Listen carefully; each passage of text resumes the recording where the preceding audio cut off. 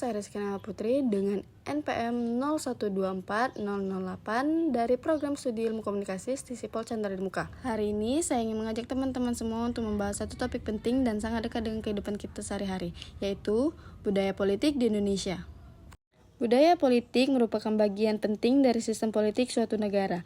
Di Indonesia, budaya politik tidak bisa dipisahkan dari sejarah, struktur sosial, dan nilai-nilai budaya yang kita hadapi di tengah masyarakat.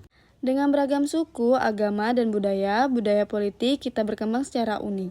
Ia mencerminkan kekayaan sekaligus tantangan besar yang kita hadapi sebagai bangsa. Lalu, apa sebenarnya yang dimaksud dengan budaya politik? Secara sederhana, budaya politik adalah pola sikap dan perilaku masyarakat terhadap sistem politik. Menurut Gabriel Almond dan Sidney Verbach, budaya politik adalah orientasi individu terhadap sistem politik dan peran yang dimainkan dalam sistem itu. Di Indonesia, budaya politik terbentuk dari campuran antara nilai-nilai lokal seperti adat istiadat dan gotong royong, dengan sistem politik modern seperti demokrasi dan partai politik. Nah, sekarang mari kita lihat ciri-ciri budaya politik di Indonesia. Pertama, masih kuatnya patronis dan feodalisme. Masyarakat cenderung melihat pemimpin sebagai sosok atasan yang harus dihormati dan ditaati tanpa banyak bertanya. Kedua, tingginya keterlibatan emosional dalam politik. Kadang, pilihan politik didasarkan pada ikatan darah, etnis, atau agama, bukan pada program atau kinerja calon. Ketiga, sinkretisme politik, percampuran antara nilai tradisional, modern, dan religius yang membentuk sistem yang khas. Keempat, budaya politik di Indonesia masih dominan dalam bentuk parokial dan subjek. Artinya, banyak masyarakat yang pasif terhadap politik dan hanya tunduk tanpa partisipasi aktif. Dan kelima, kuatnya dominasi elit politik di mana keputusan-keputusan besar masih banyak ditentukan oleh segelintir orang saja. Kalau kita lihat dari jenisnya, budaya politik itu terbagi menjadi 3.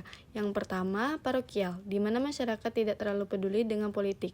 Yang kedua, subjek, masyarakat tahu ada sistem politik tapi hanya sebagai penonton. Yang ketiga, partisipan, yaitu masyarakat yang sadar dan aktif dalam kegiatan politik. Di Indonesia, ketiga jenis ini masih bercampur, tapi pelan-pelan kita sedang bergerak ke arah partisipatif, yang tentunya perlu kita dorong bersama. Tapi tentu saja, perjalanan ini tidak mudah, masih banyak tantangan yang harus kita hadapi. Yang pertama dan paling nyata adalah politik uang. Masih banyak calon pemimpin yang memberikan suara rakyat dengan uang atau sembako. Yang kedua, literasi politik yang rendah. Banyak masyarakat yang belum memahami hak-hak politik secara utuh. Ketiga, apatisme, kekecewaan terhadap politisi dan sistem membuat banyak orang memilih diam dan tidak peduli. Keempat, polarisasi identitas. Isu SARA sering dimanfaatkan untuk memecah belah demi kepentingan politik. Kelima, korupsi yang masih merajalela di berbagai lembaga. Dan terakhir, akses informasi politik yang belum merata, terutama di daerah-daerah terpencil. Sebagai contoh, pada pemilu 2019, Bawaslu menemukan banyak kasus politik uang di berbagai daerah. Ada cara legislatif yang tertangkap tangan membagikan uang atau sembako menjelang pemilu. Ini menunjukkan bahwa budaya politik kita masih sangat perlu dibenahi. Lalu, bagaimana solusinya? Kita bisa mulai dengan pendidikan politik sejak dini, baik di sekolah, kampus, maupun organisasi pemuda. Kemudian, peran media juga sangat penting untuk menyebarkan informasi dan mengawasi kekuasaan. Partai politik juga harus direformasi supaya lebih demokratis dan lebih berpihak pada rakyat. Kampanye anti korupsi dan anti politik uang harus digaungkan. Dan yang paling penting, masyarakat sipil harus diperdayakan agar lebih aktif dan kritis terhadap isu-isu politik. Budaya politik Indonesia masih berada dalam proses menuju kematangan demokrasi. Kita menghadapi tantangan besar, tapi juga punya peluang lebih besar. Kalau kita mau, kita bisa membangun budaya politik yang berpartisipatif, cerdas, dan bermartabat.